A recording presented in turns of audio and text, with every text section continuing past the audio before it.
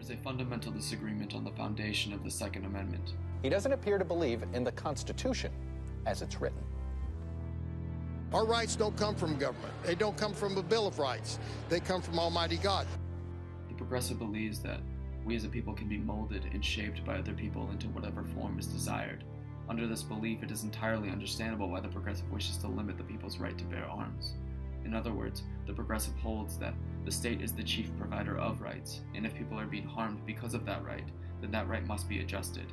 It is a similar argument to the reasoning in favor of revising the First Amendment in order to forbid hate speech. That is, hate speech harms the receiver, the state can change rights, therefore the right should be revised, so less harm is done.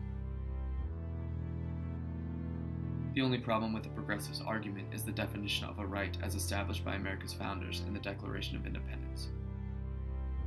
We hold these truths to be self-evident, that all men are created equal, that they are endowed by their Creator with certain unalienable rights, that among these are life, liberty, and the pursuit of happiness, that to secure these rights, governments are instituted among men, deriving their just powers from the consent of the governed, that whenever any form of government becomes destructive of these ends, it is the right of the people to alter or to abolish it, and to institute new government, laying its foundation on such principles and organizing its powers in such form as to them shall seem most likely to affect their safety and happiness.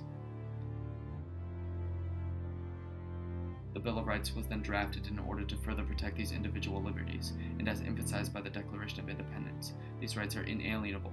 In other words, they are absolute, inviolable, sacrosanct, and unmalleable, as endowed by our Creator.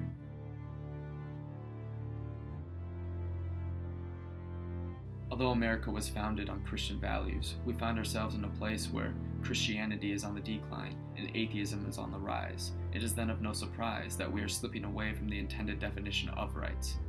With consistent attacks on our First and Second Amendment rights, we find ourselves in a confusing time. It now seems that rights, as intended by the founders, must be defended from the very people those rights were meant to defend. And instead of the Bill of Rights being the argument, it now seems the argument has changed to being for the Bill of Rights in order to defend it from these attacks.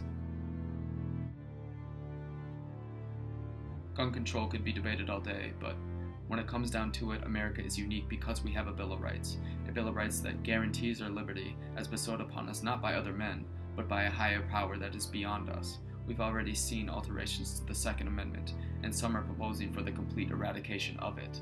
If that were to occur, that would directly contradict the founders' intentions and deny them the very purpose they wrote the Declaration of Independence and the Bill of Rights in the first place. And what is to prevent future alterations and eradications of our inalienable rights if we are so willing to alter them?